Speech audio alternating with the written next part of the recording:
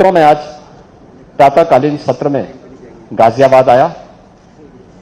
Central electronics limited के स्वर्ण जयंती कार्यक्रम का हिस्सा बना। केंद्रीय मंत्री डॉक्टर जितेंद्र सिंह जी के साथ हम लोगों ने एक डाटा सेंटर का भी, ग्रीनफील्ड डाटा सेंटर का भी यहां पे शिलान्यास किया है। और ये सुखद अनुभूति का विषय है कि सीईएल जो पहले घाटे का एक पब्लिक सेक्टर का प्रतिष्ठान बन चुका था, जिसका डिसइन्वेस्टमेंट होने जा रहा था, वह डिसइन्वेस्टमेंट से बचकर के अब एक प्रॉफिट देने वाला भारत के मिनी रत्न प्रतिष्ठानों में से एक बन चुका है। इस कार्यक्रम के बाद गाजियाबाद के विकास से जुड़ी भी योजनाओं की समीक्षा मैंने सभी यहां के माननीय जनप्रतिनिधियों के साथ मिलकर के ली है। मुझे अच्छा लगा कि पिछले 8 वर्ष में आदरणीय प्रधानमंत्री जी की प्रेरणा से, उनके मार्गदर्शन में जो कार्य हम लोगों ने उत्तर प्रदेश के अंदर किया है, गाजियाबाद आज एक नए गाजियाबाद के रूप में चमक रहा है। गाजियाबाद का परसेप्शन बदला है। जिस गाजियाबाद के नाम पर कभी अपराध और गैंगवार की फिल्में बनती थी, आज वो गाजियाबाद विकास, स्वच्छता और सुव्यवस्था का एक मॉडल बनकर के उभर रहा है। दुनिया की 50 जो स्वच्छ सिटी हो सकती है, उसमें अब गाजियाबाद का भी नाम आ रहा है। प्रदेश की पहली स्वच्छ सिटी के रूप में गाजियाबाद का नाम आ रहा है। और आज गाजियाबाद की नहीं, सब बातों को लेकर के, आज से 10 वर्ष पहले कोई सोचता नहीं था कि गाजियाबाद 12 लेन के ग्रीनफील्ड एक्सप्रेसवे के साथ जुड़ेगा। कोई ये नहीं सोचता था कि देश की पहली रैपिड रेल गाजियाबाद से होकर के जाएगी। पहली सिटी गाजियाबाद होगी जो रैपिड रेल से जुड़ेगी। आज गाजियाबाद के पास रैपिड रेल भी है, 12 लेन का एक्सप्रेस हाईवे भी है, गाजियाबाद के पास अपनी मेट्रो भी है, गाजियाबाद के पास अपना एयरपोर्ट भी है।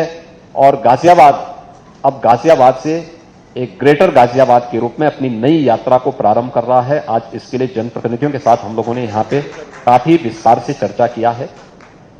यहां पे सभी संस्थाओं ने अपने स्तर पर अच्छे कार्य किए हैं, जिसमें हमारे कुछ नए इनिशिएटिव ग्रेटर गाजियाबाद के देश से आगे बढ़ाने के साथ ही यहां पे खोड़ा, लोनी, मुरादनगर, इन सब को लेकर के ग्रेटर गाजियाबाद को गाजियाबाद नगर निगम का पार्ट बनाने और एक बृहद कार्य योजना इसके विकास की आगे बढ़ाने के लिए हम लोगों ने कहा है। इंटीग्रेटेड ऑफिस कॉम्प्लेक्स, जनपद मुख्यालय का सभी जनपदीय मुख्यालयों को एक छत के नीचे लाने की व्यवस्था, पुलिस कमिश्नरेट का कार्यालय, जहां पे पुलिस मुख्यालय के रूप में गाजियाबाद के माध्यम से वह लोगों को बेहतरीन सुरक्षा और लॉ एंड ऑर्डर की बेहतर स्थिति दे सके। बाबा दुग्धेश्वर नाथ मंदिर के कॉरिडोर के निर्माण की कार्रवाई हो, या फिर यहां के विकास और बुनियादी सुविधाओं से जुड़े हुए सभी कार्यक्रम, जैसे बीसीसीआई यहां पे बहुत पहले स्टेडियम बनाने के लिए एक लैंड ली थी, काम नहीं आगे बढ़ पाया। आज हम लोगों ने कहा कि वे उस लैंड का उपयोग अब गाजियाबाद विकास प्राधिकरण करे और गाजियाबाद विकास प्राधिकरण वहां पे एक स्टेडियम बनाए और उसका संचालन भी करे।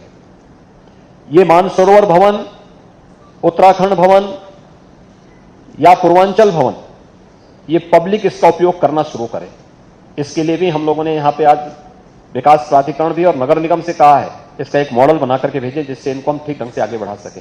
एक नदी के पुनरुद्धार की कार्रवाई को आगे बढ़ाना पिछले कुछ वर्षों के अंदर उठाए गए कदमों का परिणाम है कि गाजियाबाद में ग्रीनरी का लेवल बढ़ा है। गाजियाबाद अब एक शुद्ध सिटी के रूप में आगे बढ़ा है, सुंदर सिटी के रूप में एक नई यात्रा को आगे बढ़ाया है। जहां जगह जगह कूड़े के ढेर थे, पहाड़ थे, वे सब समाप्त हुए हैं। अब वहां पे मियावाकी फॉरेस्ट के रूप में, सिटी फॉरेस्ट के रूप में एक नया मॉडल वहां पे देखने को मिल रहा है।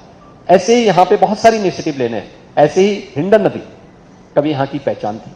हिंडन नदी के पुनरुद्धार की कार्रवाई, प्राकृतिक पद्धति से उसके शुद्धिकरण की कार्रवाई, उसके दोनों ओर व्यापक वृक्षारोपण के कार्यक्रम, एक पेड़ मां के नाम पे लगाने की कार्रवाई, इस कार्यक्रम को भी युद्ध स्तर पर आगे बढ़ाने के बहुत सारे मुद्दों पर, यहां के डेवलपमेंट के मुद्दों पर, यहां की बुनियादी सुविधाओं के मुद्दे पर, यहां के रोजगार के मुद्दे पर, विभिन्न मुद्दों पर आज चर्चा हुई है। बहुत सार्थक चर्चा रही है और मुझे पूरा विश्वास है कि विकास की ये यात्रा डबल इंजन सरकार की इसी प्रकार से आगे बढ़ेगी।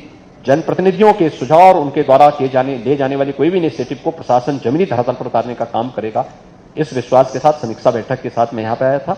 और ये मेरा सौभाग्य है कि कैलाश मानसरोवर की यात्रा के इस पहले जत्थे को यहां से रवानगी करने के लिए मुझे यहां पर उनको किट उपलब्ध करवाने का एक अवसर प्राप्त हुआ है। मैं एक बार फिर से इन सभी तीर्थ यात्रियों के प्रति अपनी मंगल में शुभकामनाएं देता हूं। इनकी यात्रा की सुखद यात्रा की कामना करते हुए अपनी वाणी को विराम। कैलाश मानसरोवर भवन में